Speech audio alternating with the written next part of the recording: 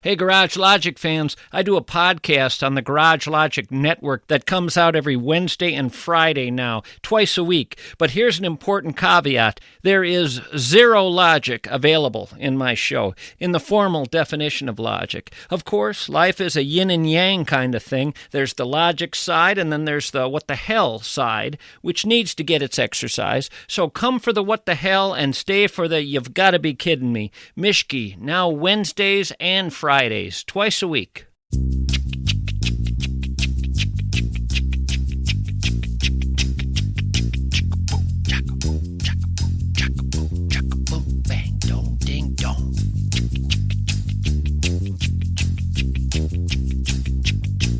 My name's MISCHKE.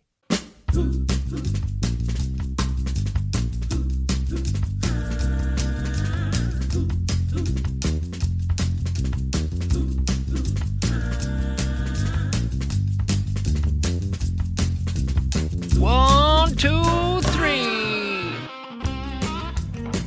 Time for MISCHKE. Let's be free. You and me.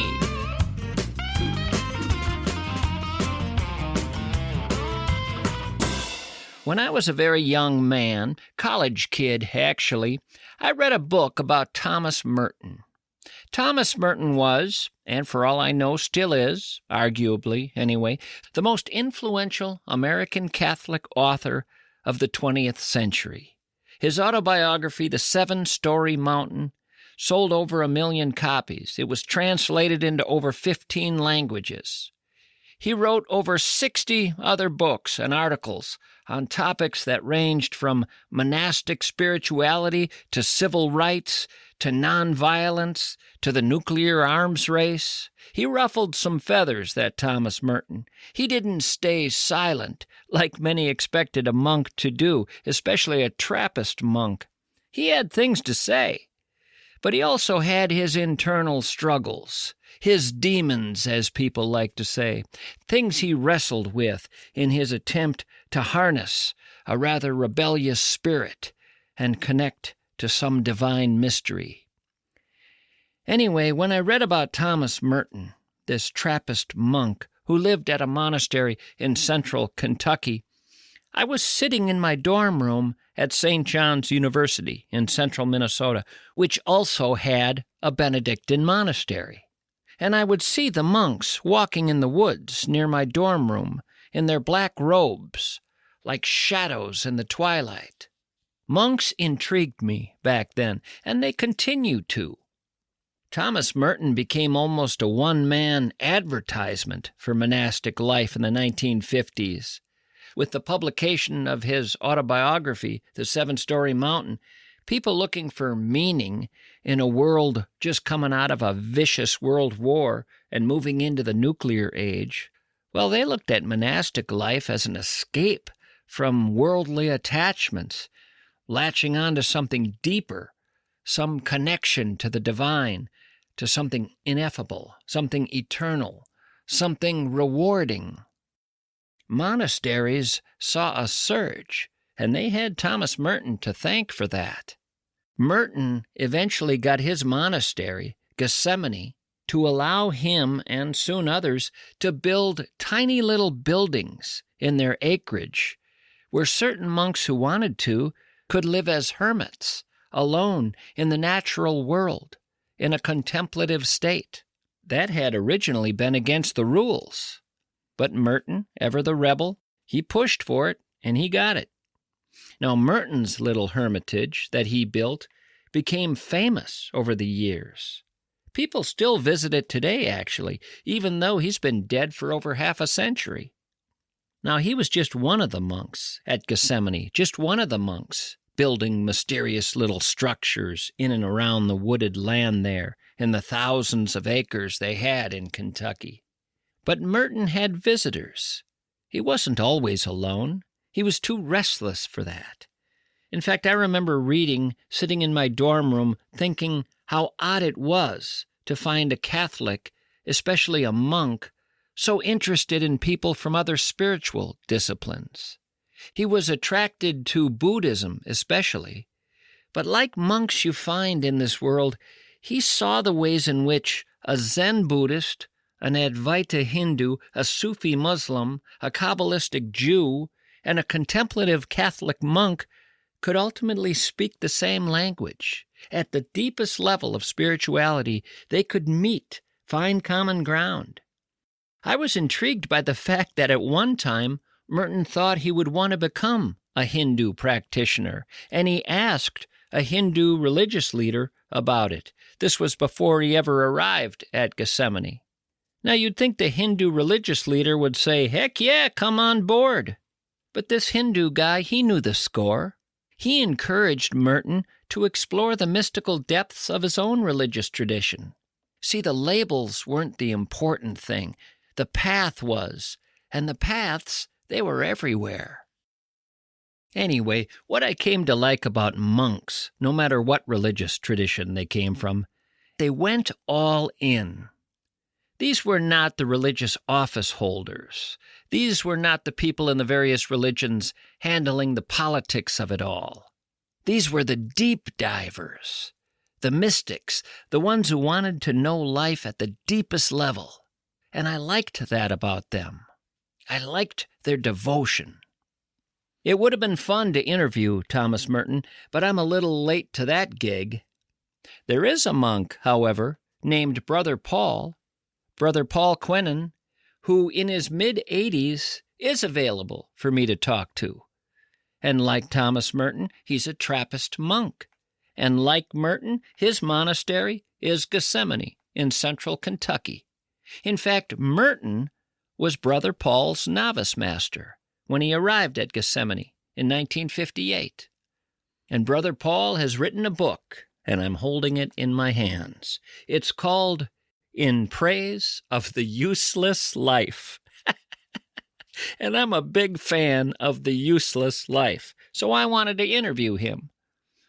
How often do you get a chance to interview a Trappist monk?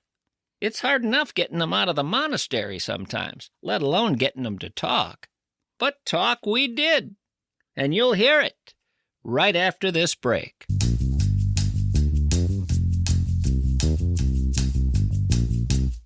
Stop for a moment and think about your bank. If you're with one of the national giants, how's that relationship going? What are you to them? Part of a quarterly earnings report? They talk about being everywhere, but guess what? They're not here. Not really. North American Banking Company is. They were founded right here in the Twin Cities, and they were founded with the idea of being different. A community bank. That's not a dusty title. That's how they operate. Their decisions are made locally by people who understand the rhythm of this community here, the small businesses, the families, the goals that are unique to people here. They believe banking should feel empowering, not irritating. If you're ready to trade the bureaucracy of your monster bank for the partnership of a community bank, make the switch. North American Banking Company, 6 Twin Cities locations. North American Banking Company, member FDIC, equal housing lender. When was the last time you bought glasses where people looked at you and said, "Wow"? If you're settling for the same limited choices at the mall or the big box stores, you're missing out on the best vision experience in the Twin Cities, Spectacle Shop. This isn't just a store. This is an optical destination, the optical destination. You leave there and people say, "Wow, whoo, yeah, smoking." For 5 years running, they have been voted best eyewear shop by the Star Tribune readers. Spectacle Shop has its own in-house lab, meaning your new precision lenses are crafted right there. This gives them total control over quality. And if your prescription is complicated, this is where they shine. They have the most skilled lens makers in the Twin Cities, tackling the prescriptions that others simply can't handle. And when you buy their glasses, people are going to look at you and say, "Woo-hoo-hoo! Yeah, all right. Come here. Come over here."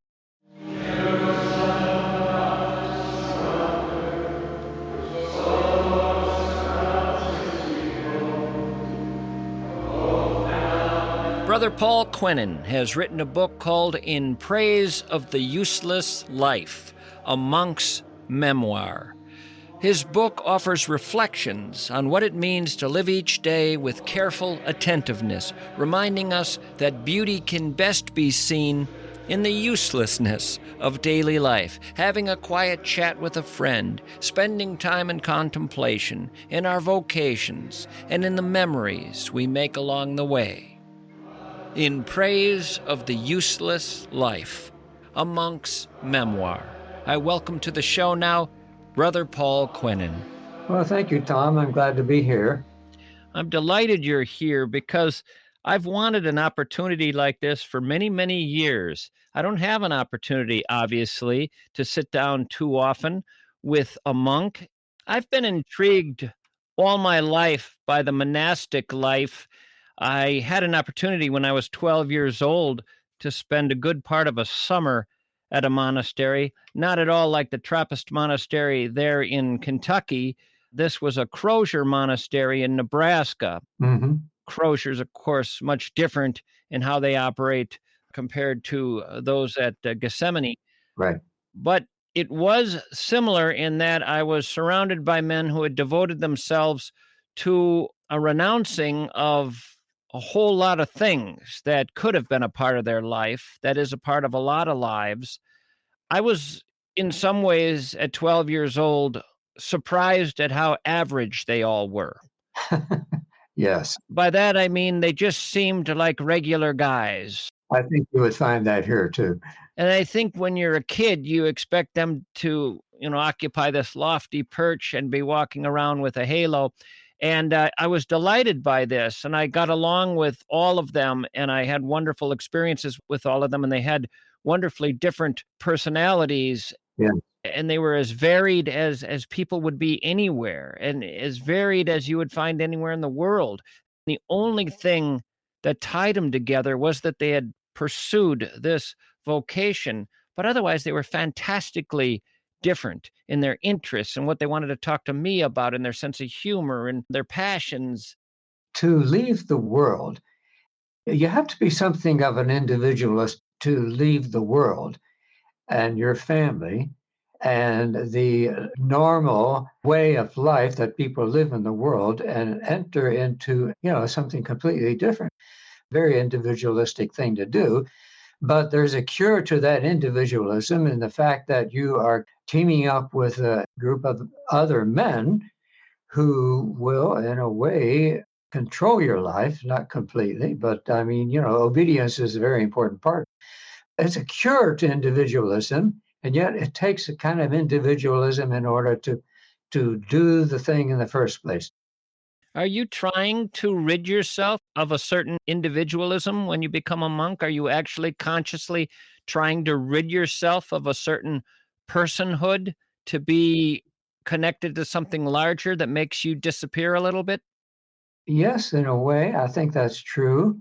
When I entered, I wasn't particularly thinking in those terms.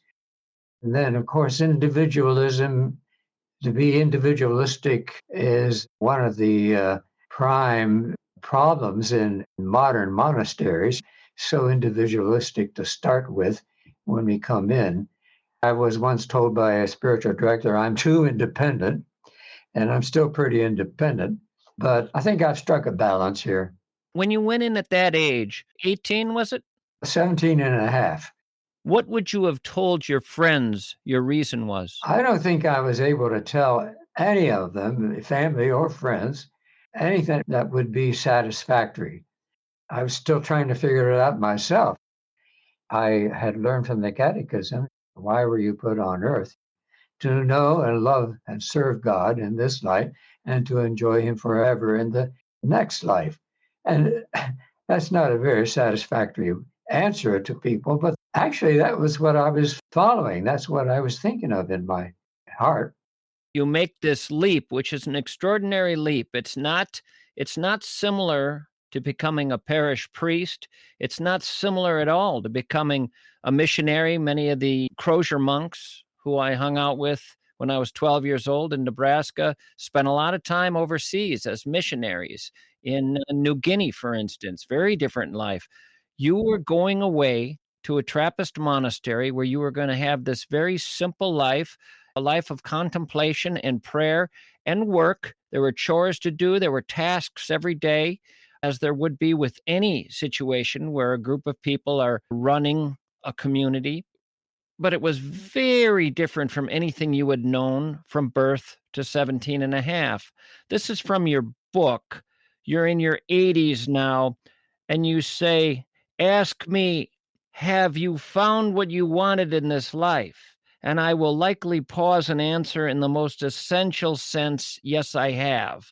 I basically wanted only one thing, a simple life, quiet and close to God. To put it succinctly, I wanted life." What do you mean, to put it succinctly, I wanted life? Wasn't life what everybody was experiencing?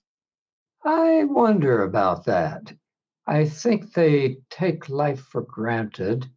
They kind of cruise on automatic and they don't apprehend life as such in the sense that, okay, I'm responsible for my career. I might be responsible for my family, but life itself, I mean, that's a gift.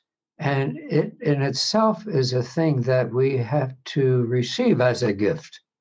I was appreciative of that. Maybe it's a metaphysical intuition that you can get at any time, but it can come very young in life. It's something a little bit subtle, maybe too subtle to explain to other people. I think a lot of people, when they're in their teens and pursue something like what you pursued, or anything, going into the military, anything that is a passion, have a more romantic view of what they're pursuing than what will come to pass. Oh, well, yes, of course. I can put myself in your place at 17, or at least imagine myself at 17, and I can imagine myself thinking, wow, I'm going to devote myself to God, to the spiritual life. I'm going to be with a community of people doing the same. We'll have each other's backs, and I'll have this life that is more rich than the average person. It will be a richer life, I'm sure of it, because I would have said, almost like a guy going into the military, I'm going to be living for something bigger than me. I think solitude was a more important part. I wasn't really geared up to, have a lot of friendships and camaraderie. I mean, it's there, but it was, especially back in the 1958 when I entered, we were very solitary. We had a silent life. We only communicated in signs, and that I liked. Communicated in signs? You didn't speak to one another? Well, no, we could speak to our novice master and to the abbot and the novice master's assistant, the undermaster, but otherwise it was solitary. That changed, right, over time. Yes, of course it did after Vatican II. Vatican II was 60 what? It was over in 64 or 65, I forget. And after that, what changed? We were given permission to speak at work. Well, we could speak about, more spiritual things. We began to have dialogues, group dialogues. That was kind of a formal thing. But now we do still keep silence. There are certain places you don't talk. You don't talk in your private room or in the hallways or in the cloister, in the refectory. There's specified places where you should, if you want to have a long conversation, then you find a speaking room and then go there. It's pretty relaxed. I mean, people accept that, and that's what they do. You titled the book In Praise of the Useless Life. You quote Thomas Merton calling the monastic life a useless life. Oh, yes. Yeah, he would say that. Yeah, of course, he's thinking in terms of what the world usually thinks of as a useful life. And as far as they're concerned, this is a useless life. At times I was wondering whether or not it was you guys' way of exhibiting humility, which is a value and one that you try to stay close to. The idea being that One could go the other direction and talk about having a more important life than the average person. In fact, to some degree, you might have thought you were having a more important life than other people, at least in the sense of what you said earlier. You were living capital L, and maybe you saw people around you not living capital L. Well, I used to hear that kind of talk from my first abbot here. We're at the top of the pyramid as, as far as perfection is concerned. As far as what? Perfection is concerned. The most perfect life is what we have. Well, I mean, that's not my idea of humility. To me, it's a gift. I mean, I'm just so happy that I've been able to live here for 65 years. And that doesn't make me any better. It's just that God's gift for me on this earth has been so full. Yeah, I had you not done that, I could have seen you doing something similar to what Dick Proenneke did in Alaska. Are you familiar at all with the life of Dick Proenneke? It was featured in a public television special because over 30 years alone in Alaska, he documented his life. He had film equipment with him, and he lived this extraordinary life alone up there for 30 years. Took to it, was meant for that kind of a life, engaged with nature, much the same way I read of you engaging with nature. That's wonderful. But I'm too gregarious. People ask me, would I ever become a hermit? And I say, I'm too gregarious. I like to be around people. Well, here's the paradox. Earlier, I was trying to push you in that direction earlier, and you balked and said, no, I wanted to be alone. Well, I mean, there's extremes in either direction. To me, it's a matter of balance. I don't want to be with people all the time. Are you an introvert? Basically, I'm an introvert who learned how to be extrovert. Yeah. I would think monasteries would attract a lot of introverts. I have a hard time imagining them attracting extroverts. Well, it's funny because there are extroverts in the monastery, and they persevere to the end. I want to ask you something about Merton. When you arrive in 58, he's My novice master, you arrive as a novice right? and he's your novice master. Did you know that was going to be the case when you got there, that he was? No, I didn't at all. And I was here for a month before I found out that my novice master was Thomas Merton. No, you have this guy who's your novice master who not only is already a known figure and respected and somewhat famous, but also someone who would grow in notoriety and fame in the ensuing years over the next 10 years. And after his death in 68, it would even grow more. He Yeah, became larger than life. right. So here's this opportunity to have this man as a leader in your life, as a mentor. You must have felt, and correct me if I don't have this right, that you won the lottery. I just took it, as well, that's what God has given me. My head was not full of fame. The good thing about the way it happened is I didn't know he was Thomas Merton until a month after I entered. I was even looking around choir, which one of these monks might be Thomas Merton. Then one day, we were having spiritual direction, and he handed me a book by Thomas Merton, a new book. And I said, well, have you read it? He said, I wrote it. And just for people who don't understand, at the monastery, he went by Father Lewis. By Father Lewis. I had forgotten, I mean, he says that in the Seven Story Mountain, but I had forgotten that his name in religion was Father Lewis. At that point, we had already established a relationship as novice master and novice. And so his being a writer was just background. One of the things that I was struck by reading your book was how many people in all walks of life came to admire him and in some cases came to visit him. Figures as prominent as the Dalai Lama, Joan Baez at the height of her fame, people who saw in him something beyond a monk, something beyond a Catholic. They saw, in some cases, parts of themselves or parts that they wanted to have. And One of the ways that I think he was able to get people to connect was he allowed people to see his weaknesses. He was very open.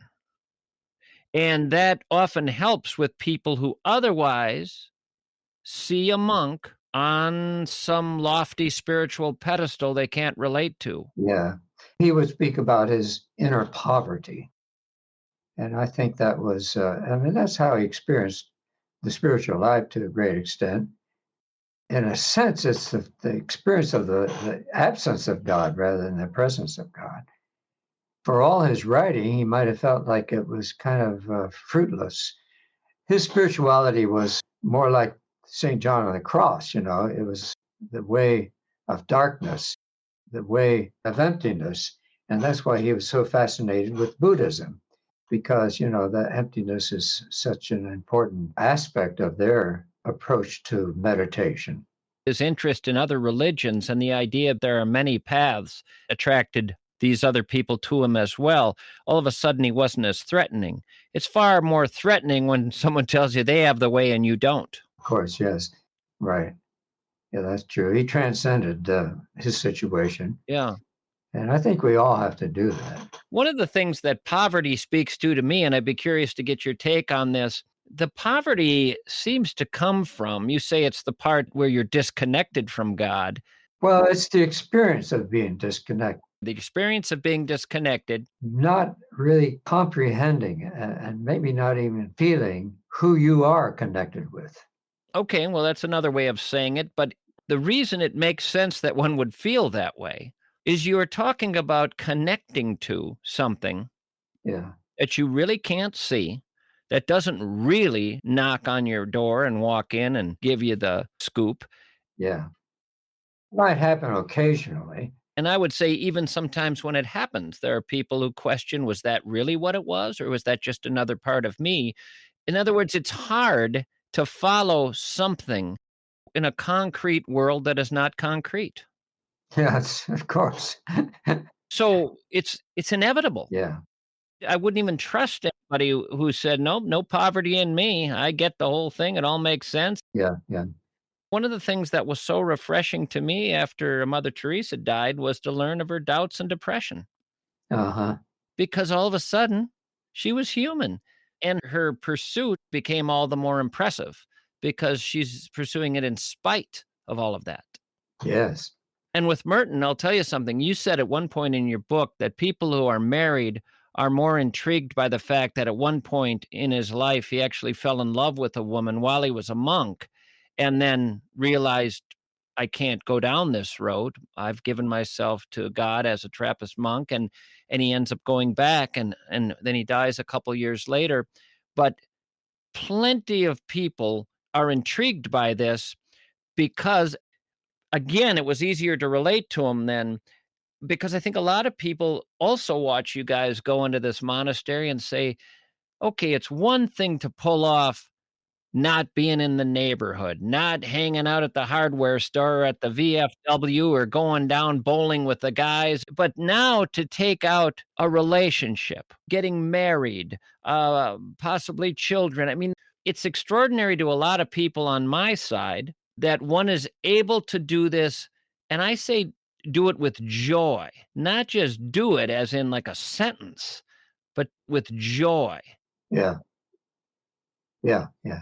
That to me is the sign of a good vocation, to be able to do it with joy. Did you decide at 17, or was it a process? It was 10 years before I took final vows. That was partly because I was so young and because I was, I don't know, there seemed to be positive signs and then there seemed to be negative signs about my vocation. And as I got to the end of the line, my spiritual director said, well, what do you want to do? And I said, I want to stay here. And it just occurred to me this year, maybe God gave me that want. I want to stay here. Now, is that God's will, or is that just something I want? Or is it what God wants?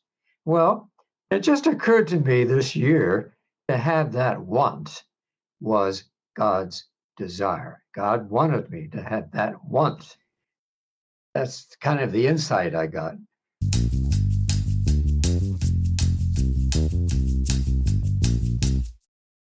Let's be honest, when you think of memory care, what comes to mind? Come on. A sterile hallway? A quiet, well-meaning routine? You're thinking about a facility, aren't you? A memory care facility. Wellshire Residential Memory Care is not a facility. It's a home where life remembers how to feel full. They understand that it's not just about keeping your loved ones safe. It's about ensuring their remaining chapters are vibrant and meaningful and joyful and fun. It's about celebrating who they were while cherishing who they are. Think of the things that truly matter to your loved one on a given day. The joy, the smell of fresh-baked cookies, not some schedule they have to follow, the warmth of someone's hand, not just some caregiver's presence, the dignity of choice, even when memory fades. At the Wellshire, they don't just manage cognitive decline, they fight for emotional well-being. The Wellshire, they're in Medina and Bloomington. 1918. World War I was ending, Prohibition was looming, and right here in the Twin Cities, Minneapolis St. Paul Plumbing, Heating, and Air was born. You think about that. 106 years of winters, 106 years of unexpected leaks, sudden furnace failures, sweltering summer nights. MSP didn't just survive those years.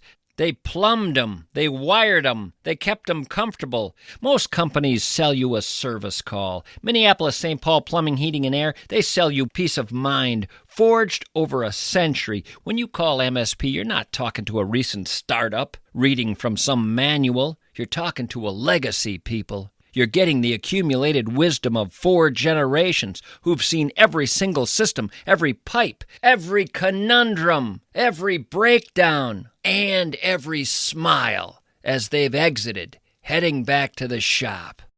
MSP. We sing songs 7 times a day for ourselves and for the world. We've been doing it since we got here. They got here late in the afternoon of December 21st, 1848. Next day they began, and it's never stopped. Every day, 7 times a day. Day by day, week by week, year by year, until the end. We sing. In a wild, sordid, noisy, violent world, we sing for our healing and for the healing of the world. When I'm reading your book, and I'll just remind people of the title, In Praise of the Useless Life, a Monk's Memoir, Paul Quenon. When I'm reading your book, where you come most alive to me in terms of joyfully living your life is in a natural setting, which you obviously love, with nature, and it should be stated, you sleep outside. Yeah, I did that for 28 years until I got to 83, and then it just seemed like I didn't belong there anymore. Kentucky isn't Minnesota, but in January, if you're outside sleeping, it's cold. It's just a matter of having the right equipment. I was off at a distance from the monastery in a lumber shed on the porch. It was great. I loved it. And then, of course, then I was in touch with moving with the weather rather than against the weather. The body adjusts. We get awfully dependent upon our indoor heating. Well, yeah, but what I'm saying is a person who does that because they want to engage with that outside world. They want to engage with it. I think my primary motive was the love of solitude. You could have had solitude without being outside. It's not the same thing. I mean, when you're out there, you wake up in the middle of the night and there's nobody around, not even within shouting distance. But you don't talk about the solitude in those moments as much as you do the mist, the rain, Yeah. the incredible moon, the sounds of nature. I'll go further than that. You dance in that world of nature. You dance. And that is a celebratory, that is a joyful, I'm alive. Yeah. Look at this world I'm in, hear the birds, look at the sunset, and you're dancing. No. And it's not something I see at the park down the street from me. Yeah, it's a great way of relating to yourself and to the movements of the heart, and it's just being part of your surroundings. You admit in the book to being a jazz fan. Yeah, and I've got a couple of jazz musicians that are good friends. Jazz is also something that ties you to Merton, another jazz fan. And what intrigues me about this is at one point you write about Merton leaving that world and going into the monastery, but at some points he's able to get out for a little while every now and then. I don't know, every few years, I can't tell when it is, and he gets to go into some jazz club for a little bit. It's like a little vacation, and then he goes back to the monastery, and it's so jarring to me because there is nothing that seems more removed from a Trappist monastery of Gethsemane in Kentucky than a smoky jazz club. Yeah, well, that's Thomas Merton for you. But, even after he did that, he said, that's all behind me. That's not me anymore. Nevertheless, he would listen to jazz. You ended up being the caretaker. You were given the caretaker's key to his hermitage. And we should let people know about this hermitage idea. So for a long time, forever, going back to 1848, there was no living in a little private place by yourself. No. Monastery life was a communal life, might have been a silent communal life, but it was a communal life. Right. There wasn't any going off by yourself. Merton balked at that and pushed for the ability to have his own private space, and was eventually allowed to after a long bit of wishing and hoping and asking and arguing for. And eventually, not only was he given that, but it was opened up to other people who wanted to have stretches of time where they were all alone in their own little building. And there's wonderful stories in your book of these different monks constructing their own little hermitages. And I loved that, the idea that they could go find some place. How many acres are they exploring there to look for places? 2,000? Yeah. Couple thousand acres they're wandering. This would be a good place to have a little place. I could lay a little slab here and build my little world, and the wonderful different ways they build these little places for themselves. I loved that part of the book. But Merton has a real special place up high looking out, beautiful view, and it of course becomes a famous place. I mean, people who read and know about Merton know about this place and know that people from all over the world have wanted to visit that little place. And you became the caretaker of it within the last 15, 20 years. And what is that? For you, what is that? Here's the keys. It's continuing a legacy, which is so important for me. And then I get asked by college groups and various groups to visit. That's a great place to go up and have a discussion. So I do that a lot. You meet the most interesting people. I bet. This is from your book. Before this tiny white hermitage was ever built, it was conceived as something larger than a place of solitude. Never one to be one-dimensional, Thomas Merton had a vision of a place where artists, intellectuals, activists, theologians, and monks could come together for wholesome conversation. It would afford a natural setting for an atmosphere of freedom and relaxation where there could be a meeting of minds without any particular agenda. Today, peacemakers, philosophers continue to be drawn here, drawn to openness, breadth of mind, and breadth of spirit. Those who visit bring the best of what they aspire to in life, hoping to find it reawakened in this unique atmosphere, and often it is.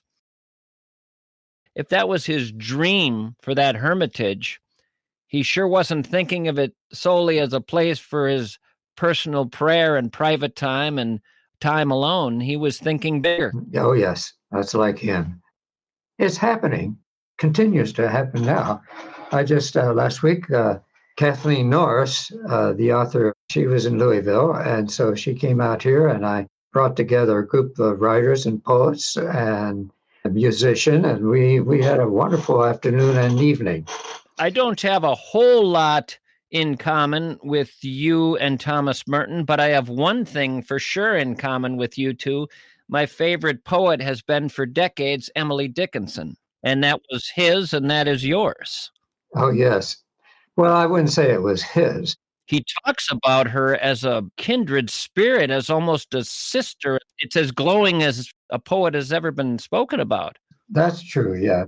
But he was so diverse, I don't know if he would actually stay. Well, yeah, he did feel that kinship with her. You're the first person, however, who's ever put her on the level of being in a monastic world herself, in a world she created that sounded at times in her writing a lot like your world. Oh, yes, that's true. The one I memorized lately is wonder is not precisely knowing and not precisely not knowing, a bleak and beautiful condition. He who has not felt it has not lived. Beautiful, beautiful. And to a large degree, wonder may come closest to the highest experience of consciousness, comes closest to the idea of awe. Right. I wanted to ask you about this hermitage thing because we spoke earlier about the fact that it wasn't there. There weren't hermitages. Then Thomas Merton breaks open this idea of these private little spaces, and all of a sudden, a lot of different people are having them and building them. And it seems almost a trend for a while. And the trend sort of dies out. I struggled to understand the fading interest in it. Why would the idea of that go away? It seems to be an idea that was always part of life on this earth. I don't think of it as a trend. Yeah, that's a good point. But I haven't heard of any full-time hermits in a good while anywhere in the order. Things change. At one time, people were overcrowding the monasteries, and now the monasteries are undercrowded. Where are we in 2025 with the world of monasteries? What's the status? The biggest complaint now is that we are not receiving vocations, and older monks are dying off. And so it's kind of in a state of, well, are we dying? We're in a different age. If you think about the hermitages as coming and going, maybe the monastery is just another version of that, something that made sense for a time. And then as the world changes, spirituality wants to be experienced in a different way. Yeah. If your desire to become a monk was God inside you, providing that sense of want, of desire, and that is not being put into people, then I suppose one should honor that if you think of it that way. Good point. Maybe God is tired of this kind of thing. I don't know. I will say that there is, for me, there has always been a fascination with the idea of, you call the book In Praise of the Useless Life, and I know you don't mean it really, it's tongue in cheek, but I have been intrigued over my many years by the idea of prayer and what we don't know about it. And when I say that, what I mean is we really don't know what is going on with concentrated prayer. There's all sorts of work being done and all sorts of writing you can find on concentrated thought, efforts of the mind to alter certain realities. I'll go to the simple act of the placebo effect, believing something so strongly that it becomes the case. When I think of prayer, I think one day it may be learned that when we understand all the different levels, the quantum level or spiritual levels, all the invisible world we know exists out there and that which we don't know exists out there, when it all is understood, for all we know, praying day after day after day is as useful as anyone building a garage, useful as anyone altering something, changing something, building something. It may just be invisible. So I've been intrigued over the years, whether it's been looking at Buddhists in meditation or Hindus in meditation or the contemplative life of a monk. Something may be happening that if they weren't there, wouldn't be happening. Yeah. Maybe it's an essential part of the overall organism. Yes, of the overall organism. It's like having vitamins. You have to have vitamins in the body, but the vitamin is a very small element in your whole diet. Right, right. I also want to ask about something you write when quoting Pascal. Man's unhappiness springs from one thing alone, his incapacity to stay quietly in one room. Yes. You say in more ways than one, that's precisely what I've been doing for a long time. Mm-hmm. Except rather than inside a room, I prefer to be outside. Yes. The generous ceiling of the sky for me is more congenial to solitude precisely because there I find company with the visible world around me. That's often something I think of as well as this idea that when you're around life, natural life, the natural world, you are around a pulsating, extraordinary, colorful, rich, aromatic, stunningly beautiful, and energetic part of existence that just doesn't have a face and doesn't say good morning to you. But in every other way, it's life. So there's a little bit of a misnomer sometimes to me in being, quote unquote, alone. Oh, yes. Well, as William of St. Thierry said, I'm never less alone than when alone. Never less alone than when alone, yeah.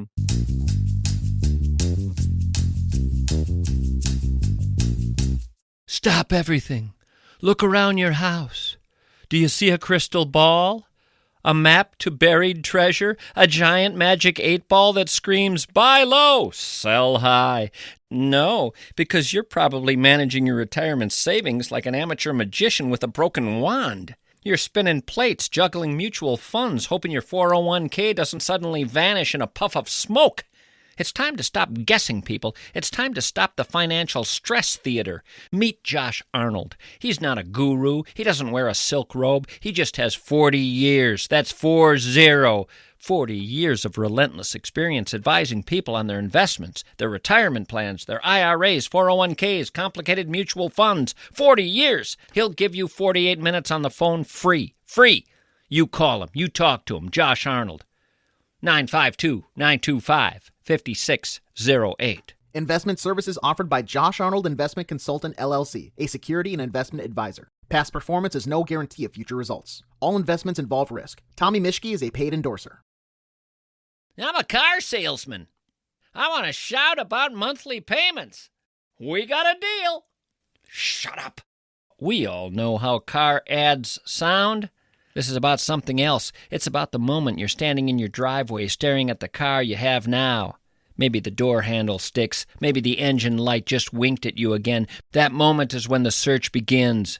And honestly, the search can be exhausting. At Fury Motors, South St. Paul, Stillwater, Waconia, Forest Lake, they've been watching these moments happen since 1963. They know you don't need a big sales event. You need a solution. You need a Ford that fits your weekend work, a Chrysler for the daily commute, a rugged Jeep for the trip up north, or maybe the perfect used car. Every make and model is there at Fury. Sure, they sell cars, but mostly Fury solves problems. That problem in your driveway. Stop shopping for the deal. Start shopping for the dealer. Fury Motors.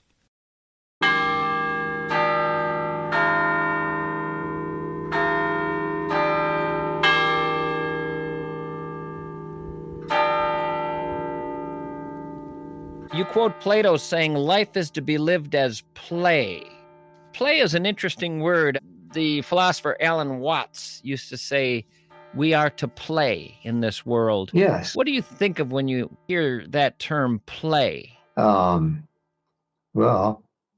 Dancing? Dancing under the stars alone in Kentucky? That sounds like play. play is its own purpose. There's no purpose beyond play. As soon as you start playing in order to win, you've already lost something of the intrinsic nature of play. Play is useless. So there we are. We come back to that useless idea that we're living for the sake of living, for life, to experience life in a way that doesn't get clouded with the truly useless, which for you would have been concerns about what's going on Wall Street. Yeah. I was stunned, really stunned in your book by how many people you reported as having premonitions of Thomas Merton's early death at the age of 53 in 1968, including your own premonition. There's one monk who is certain on the day Thomas Merton heads overseas to what will be his final weeks on earth, certain he'll never see him again, is certain he won't be back. That does not happen with everybody. I don't know if that speaks to the power of the man, or I don't know what to make of that. I think it's just sort of, you can get a kind of sense of the structure of a person's life. It's just something that comes to you, not something that you want to think. It was Father Matthew Kelty was the one who had that idea that we'll never see Thomas Merton again. Where that came from, I don't know. For those who don't know, Thomas Merton went to Thailand, and he was going there because of a deep interest in Buddhism, and there was going to be the ability to talk across these boundaries, if they're really boundaries, of spiritual disciplines and get to know one another in these different spiritual disciplines. It was a reaching out, and it was something he was quite excited about, and it was a lot of what he was about. He liked making these connections with different spiritual approaches and seeing the way they connect and the way they're similar, the way they speak to this ineffable idea of a God. But he doesn't make it back, and he either dies of a heart attack or he dies from being electrocuted. He's just found dead holding a fan, and there was no autopsy, so it was never known. It was either a heart attack or a heart attack from electrocution, but it's such a bizarre ending, and he's only 53. But like so many people, he just becomes bigger after that. Somebody that is written about more, and his legacy grows. And to this day, I can run into people who will talk about him at a party. His name will come up. And you spend so many years with him. And I think there's one point in the book, I just laughed when I read the line. I'd like to find it right now because it was so entertaining. Here it is. You're working on the foundation of some structure. Field stones have been laid. You're working on this structure, and you're looking out, and a car is driving up, and out pops Thomas Merton, who you repeatedly in the book referred to as Father Lewis, steps out with a man and woman, lifts his arms, yells, "Hey, Paul," waves you over, and they got a cooler of beer with them. And you take turns cracking open those snap top cans and having some beers. Once again, not your typical monastery experience. How often were you sitting around having some beers? Oh, more than you want to know about. Well, all of a sudden, the monastery is becoming a lot more attractive to me. I didn't know there was much of that going on.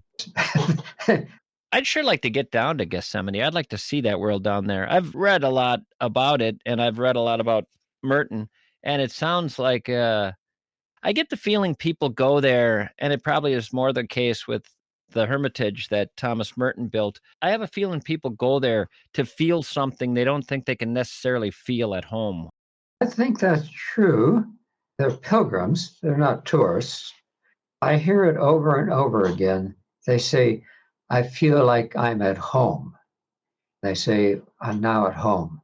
Strange phenomenon. And these are not monks. No, these are people from the world. Whereas my experience has been one of being homeless at home. Yeah. A monk has to be detached from everything, and even his own monastery. There is a hermitage you write about that intrigued me, and I need you to help me understand this building, this particular building. You write about several little structures that were built by monks over the years But this one is the one I'm fascinated by, and I'm not sure I fully understand what is going on here. So this is from your book. An imaginative refuge for Matthew was the old pump house located below Dom Frederick's Lake. Matthew told me I could explore the hut when he was not there, and exploration it was. One approached it by a grassy road through a thinly wooded hollow. It was white and overshadowed by the massive concrete dam behind it.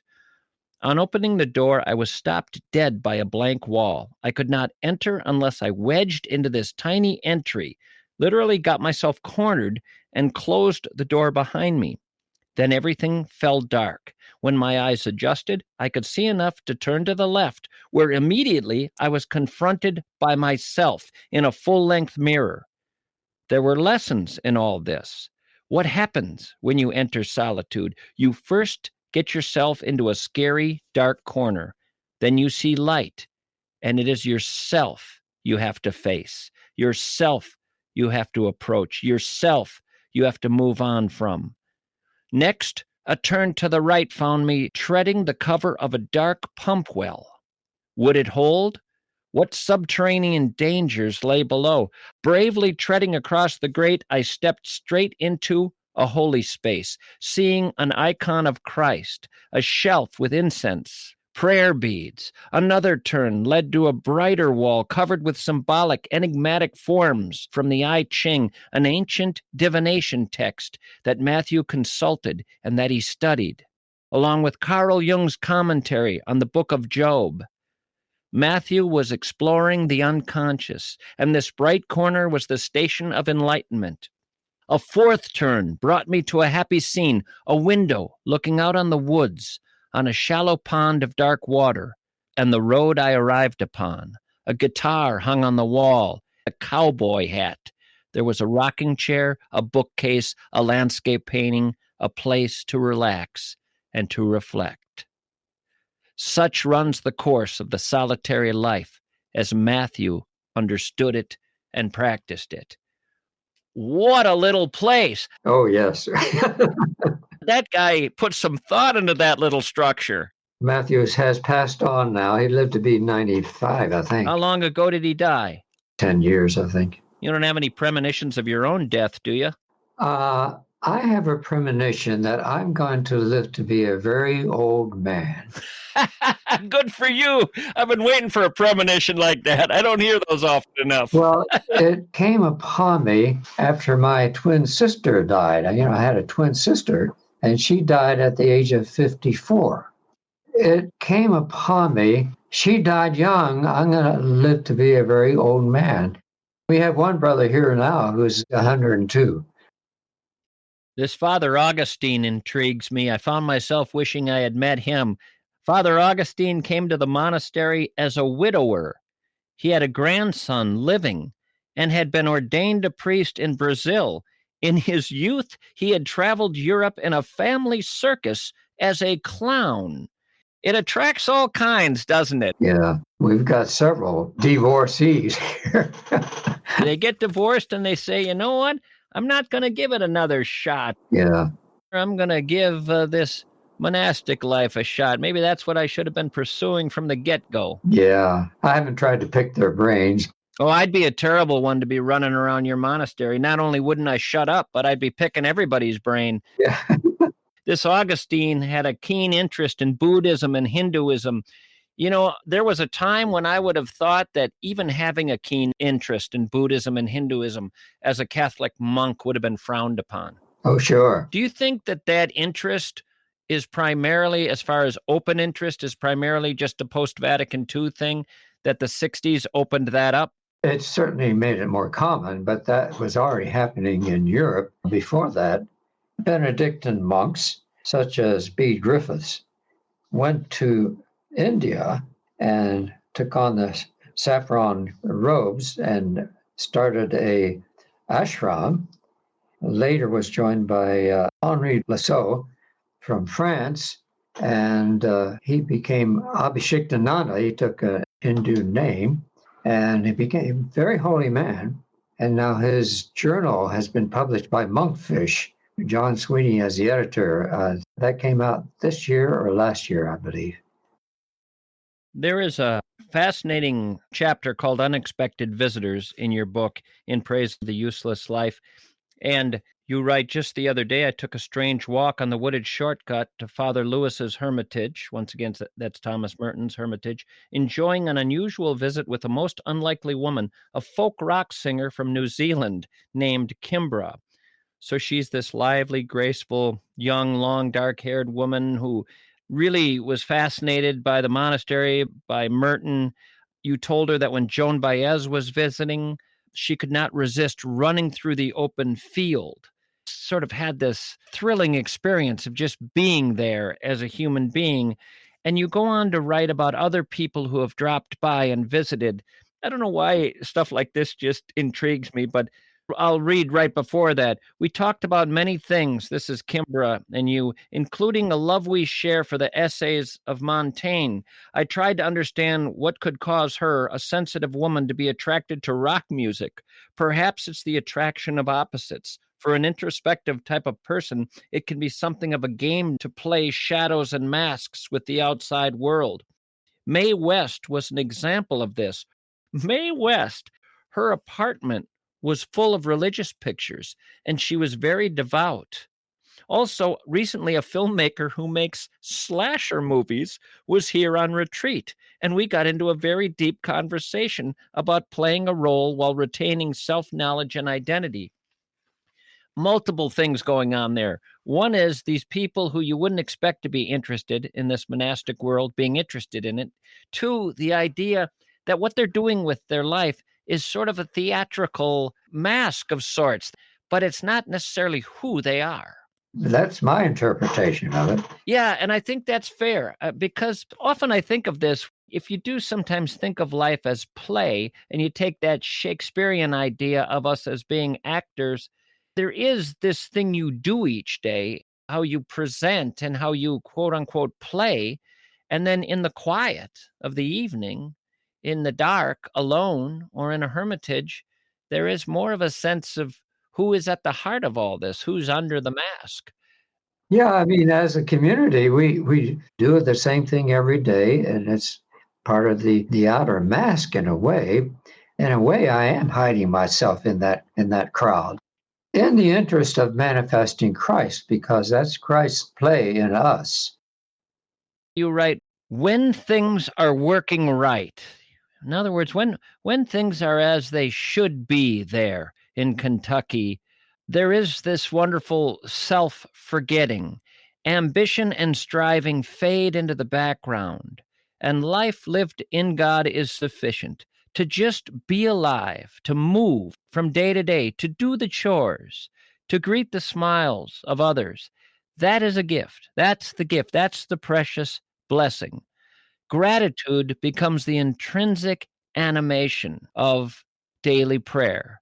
Just being grateful to be able to experience this, to be alive. What I love about that is the way you write, when things are working as they should.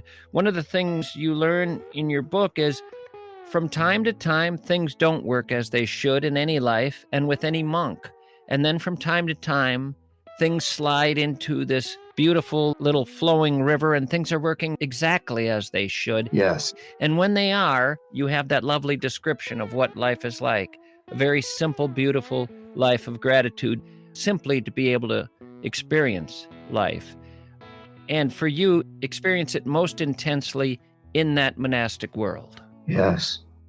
In Praise of the Useless Life, a Monk's Memoir, Paul Quenon. I'm delighted you wrote it. Thank you for this wonderful visit with me. Okay, thank you. Folks, I hope you get the book, In Praise of the Useless Life. Thank you. God bless. God bless. Bye-bye. Bye.